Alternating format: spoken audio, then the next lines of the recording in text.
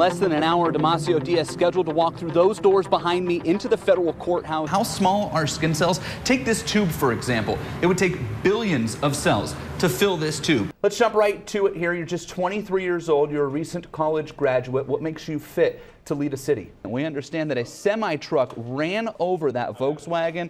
The driver was able to walk out of the vehicle. Right now, divers from the Kern County Sheriff's Office dive team and search and rescue team are entering the water. Not every odd vehicle runs. In fact, it's the work that goes into restoring these machines that keeps club members motivated. Now, David Torres also told me that he believes these will be the final Kern County lawmen that are brought up on charges related to this scandal. Now they can do tires, wheels, transmissions. They can even manufacture their own exhaust. These two schools were expected to be front runners in Division I. Edison, of course, the defending Division I champ. BHS won Division I 2 years ago on the way to a state title. Residents in the Weldon and Kelso Valley area remain on high alert tonight, fearful of a killer in the canyon with no apparent motive or fear. 4 days into an exhaustive search for a killer, and the lack of an arrest has residents on edge. And it is rather concerning. We moved up here from LA, so moved up to get away from what crime we can get away from. Area natives say they understand why the search is taking so long, citing the rugged terrain.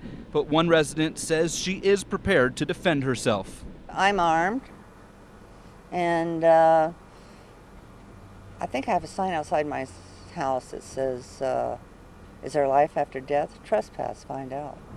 Others want a peaceful conclusion and some answers.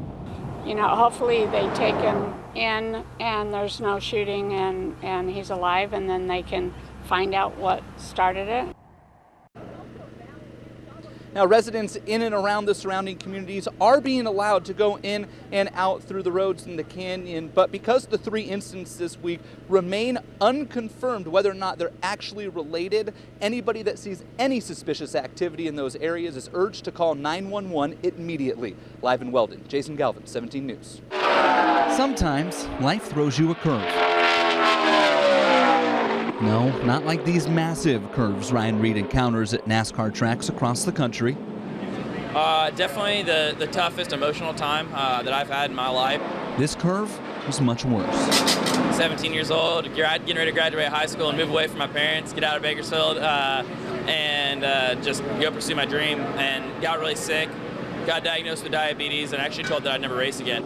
And yet, here he is, driving for legendary car owner Jack Roush in the NASCAR Xfinity Series, overcoming a disease one lap Reed looking for the checkers and one win at a time, including at the world-famous Daytona International Speedway. I mean, it's hard to put in words, you know. I mean, that place has so much history. It's so hard to win there. You're joining some of the greatest that's ever stepped foot in a race car that have won around that place. A Bakersfield native, racing's all Reed has ever known, following his father Mark to tracks across the West Coast, including here, Fontana's Auto Club Speedway. I grew up coming here. You know, I didn't come here to watch Jeff Gordon and Dale Earnhardt originally. I came here to watch my old man race. The elder Reed could see his son's talent early on. He had something special. He was winning a lot of races against some of the best kids in the country. That he just had kind of a killer instinct. At 17, Reed was presented with the opportunity of a lifetime. Move to North Carolina and pursue a career as a NASCAR driver. Till a phone call changed his life. And he calls me, and his mom, when he's about halfway across country, tells us through Google that he self-diagnosed himself with type 1 diabetes. And, you know, my wife, she broke down. And I'm thinking, no, there's got to be a mistake. That's not possible. I was more frustrated. I was more like mad, like, man, yeah, and I was mad because I felt like it was robbing me of my dreams. It was really a black cloud for our family, and you'll never forget it. Type 1 diabetes, a diagnosis that nearly put the brakes on a promising career. And Ryan was like, we're fine, we'll get through this. It's just one thing after another. We'll take it step by step. We'll figure out how to deal with it. It's just a bump in the road. Type 1 diabetes causes the pancreas to stop producing insulin. As a result, Reed must constantly manage his blood sugar levels. Doctors said that task would be too daunting behind the wheel. Yeah, I mean, diabetes affects every aspect of my life in every way, from the time I wake up till the time I go to sleep, and even while I'm asleep. It's a disease that your 24/7 management is required, but it also doesn't define my life. So it affects it in every way, but it doesn't define it. Now he's the only diabetic on the NASCAR circuit. If I was diagnosed 20 years ago, I probably wouldn't be able to drive a race car. Factors like extreme heat, physical, even mental exertion could all cause life-threatening swings in Reed's blood sugar level.